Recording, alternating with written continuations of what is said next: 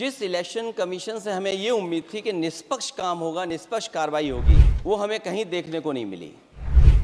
रामपुर का by election हमने ऐसा देखा जहां पर पूरा पुलिस प्रशासन, भारतीय जनता पार्टी की सरकार ये कोशिश में लगी थी कि मतदाता बाहर ना निकले, और पहली बार भारतीय जनता पार्टी वहां से चुनाव लोकसभा का जीती।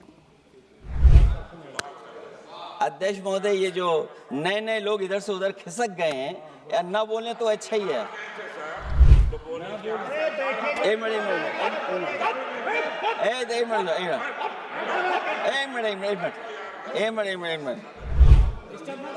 अध्यक्ष महोदय, पर अध्यक्ष महोदय, मेरा ये आग्रह है ये अध्यक्ष महोदय ये कुछ जानते नहीं है। अध्यक्ष महोदय, माननीय सदस्य कुछ जानते नहीं है, ये ना पढ़े लिखे हैं ना कुछ जानकारी रखते हैं। ये मैं ये कह रहा हूँ, मैं ये बात इसलिए कह रहा हूँ, ये अनपढ़ इसलिए हैं। सभापति जी, मैं आपका धन्यवाद देता हूँ कि इस महत्वपूर्ण विषय पे मुझे बोलने का आपने अवसर दिया, मौका दिया है। मैं सबसे पहले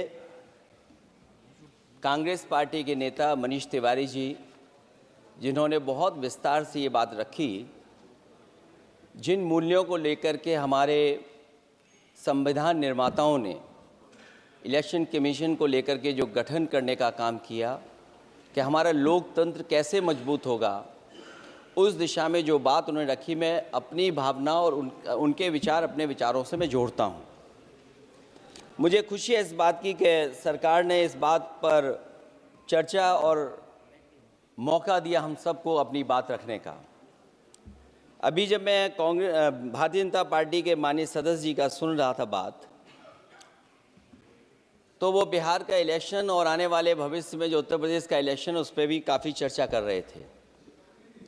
सभापति महोदय, मैं कुछ बातें ऐसी कहना चाहता हूं जो हम लोगों ने अपनी आंखों से देखा, और जिस इलेक्शन कमीशन से हमें ये उम्मीद थी कि निष्पक्ष काम होगा, निष्पक्ष कार्रवाई होगी, वो हमें कहीं देखने को नहीं मिली। मैं सबसे पहला उदाहरण ये देना चाहता हूं कि एक रामपुर का बाई इलेक्शन जो लोकसभा का हुआ, जब लोकसभा का चुनाव बाई इलेक्शन रामपुर का हो रहा था, तो भारतीय जनता पार्टी की सरकार के मुख्यमंत्री जी और पूरी भारतीय जनता पार्टी ने यह तय किया था कि समाजवादी पार्टी यहां से नहीं जीतेगी, यहां से भारतीय जनता पार्टी जीतेगी। और ये आशंका हम लोगों को थी कि हर तरीके से हम लोगों को दबाया जाएगा, हर तरीके से चुनाव में धांधली की जाएगी। और जिस समय चुनाव शुरू हुआ, वो चीजें हम लोगों को देखने को मिली। सभापति महोदय, वोटिंग के दिन, जिस दिन वोट पड़ रहा था, उस दिन हम लोगों ने देखा कि किस तरीके से पुलिस और पूरा प्रशासन इस बात पे लगा हुआ था कि कोई भी वोटर घर से न निकले। रामपुर का बाई इलेक्शन हमने ऐसा देखा जहां पर पूरा पुलिस प्रशासन, भारतीय जनता पार्टी की सरकार ये कोशिश में लगी थी कि मतदाता बाहर ना निकले, और पहली बार भारतीय जनता पार्टी वहां से चुनाव लोकसभा का जीती। ये बाई इलेक्शन लोकसभा की बात कर रहा हूं मैं, और एक एक घटना की सूचना हम लोगों ने इलेक्शन कमीशन को दी है। एक एक घटना के पुलिस क्या कर रही है, पुलिस कहां बैरिकेडिंग लगाई है, पुलिस कहां रोक रही है, कौन पुलिस का अधिकारी कहां जा रहा है, डीएम क्या कर रहे हैं, कमिश्नर क्या कर रहे हैं। और उसके बावजूद भी इलेक्शन कमीशन ने एक भी किसी के खिलाफ कार्रवाई नहीं की। अध्यक्ष महोदय, जब हम ये बात समझ गए कि इलेक्शन कमीशन बायस्ड है, अध्यक्ष महोदय, ये जो नए नए लोग इधर से उधर खिसक गए हैं, या ना बोले तो अच्छा ही है।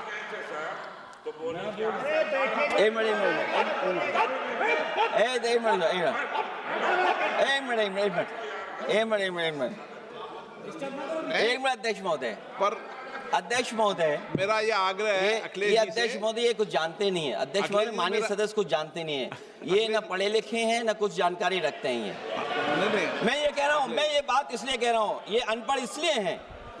अध्यक्ष महोदय, मैं ये बात इसलिए कह रहा हूं कि जो जो घटनाएं मैं बता रहा हूं, मैंने एक एक घटना इलेक्शन कमीशन को टैग किया है, एक एक वीडियो इलेक्शन कमीशन को दिया है, एक एक पत्र लिखा इलेक्शन कमीशन को।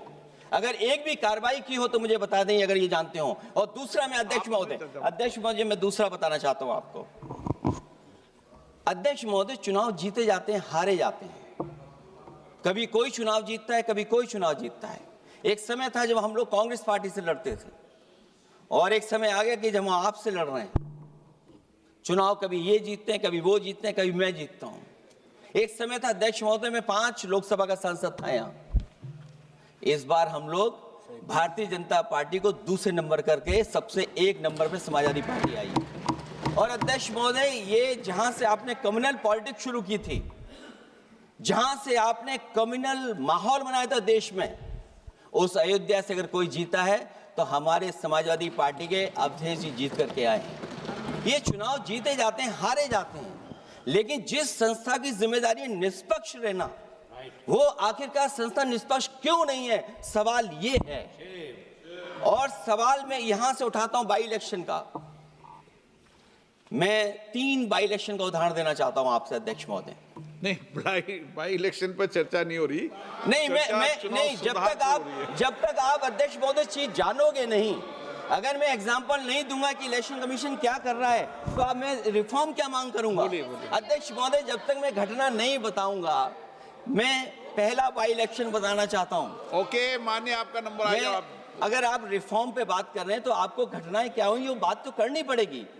अध्यक्ष महोदय, मैं बाई इलेक्शन मिल्कीपुर की बात करना चाहता हूं। बाई इलेक्शन मिल्कीपुर जो अयोध्या क्षेत्र में आता है।